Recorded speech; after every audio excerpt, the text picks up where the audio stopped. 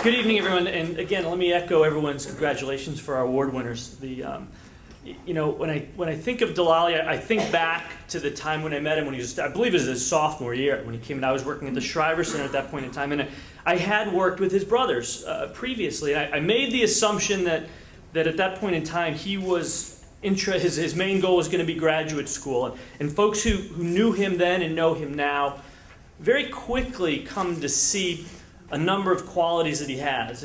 His energy, his dynamism, his fantastic smile, which sometimes hides this steely single-mindedness, this sense of purpose that he has. And he said in a very charming way, but very firmly and directly, no, I want to build a company. I want to be an entrepreneur. And what was terrific about Delali then and through to today was how he set his mind on that and how he worked towards it. And I think of how he approached his work in computer engineering, building a strong technical background for what he wanted to be, how he took advantage of things like the Alex Brown Center for Entrepreneurship in the very early days of those programs, both taking classes and pursuing internships in companies that really were a reflection of the kind of organization that he might want to build.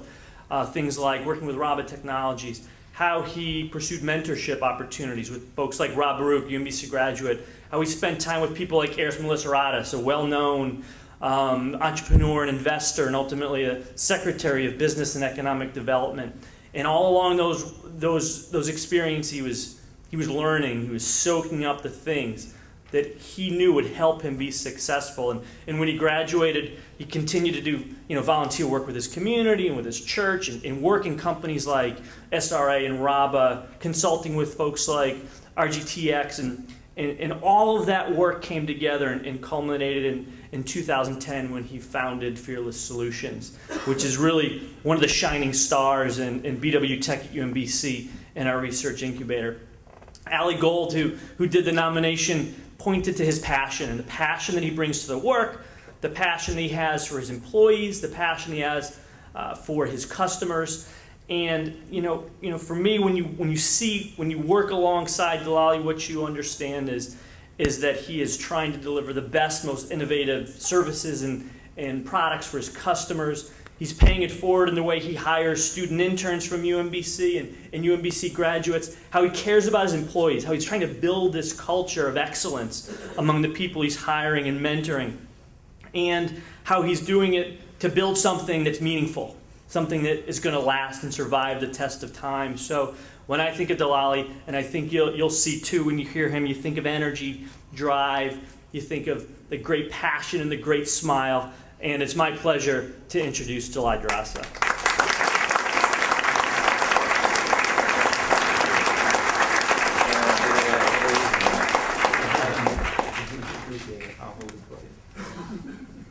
Well, I'm extremely humbled and honored to be here. So definitely want to thank Ali, want to thank Ellen for the nomination. Completely unexpected. Where's Ali? Ali's around here somewhere. So thank you so much for taking the time to think of me and nominate me for this award. And I'm glad Greg made a comment about my older brothers. I actually want to tell a little story about that. So I'm the youngest of three. So I'm continuously being compared to my older brothers. So growing up, and you follow them in school, and they're exceeding academically. So you get to a class where you say, well, are you as smart as your older brothers, or are you as athletic as your older brothers? So when it came time for college, and they were both here at UMBC, I actually thought that was my break to run as far the other way as possible. So I actually came to UMBC kicking and screaming. This is the last place I wanted to be, and to be in their shadow for another 4 years. But looking back on it now, it was one of the best decisions I've made in my life. Just hearing the awesome stories of the fellow alum that are here just reminded me how much I love UMBC and how much UMBC means to me.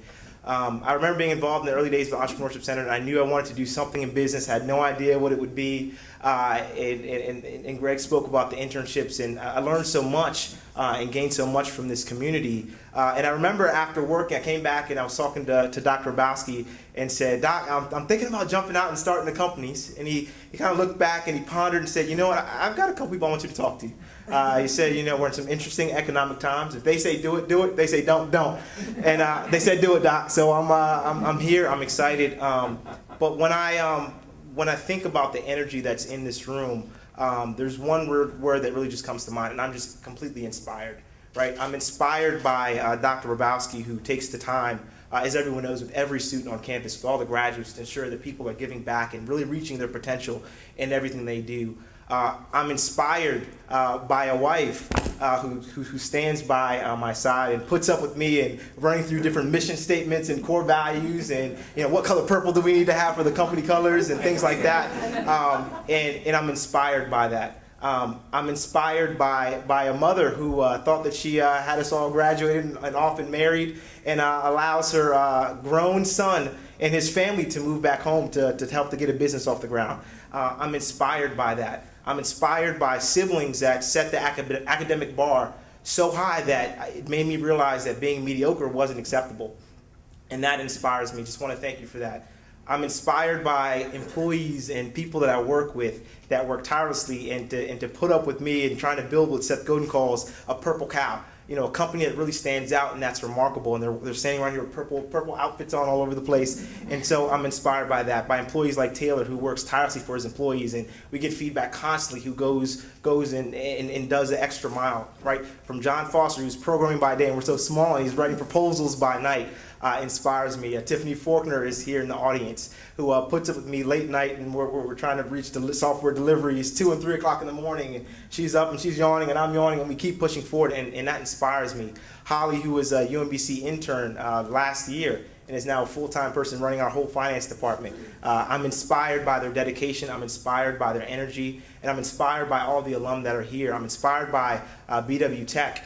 And what they've allowed us to do, and a small vision that we had to try to make a difference in the tech community, and how they've supported us throughout history and the life of the company, as young as we may be.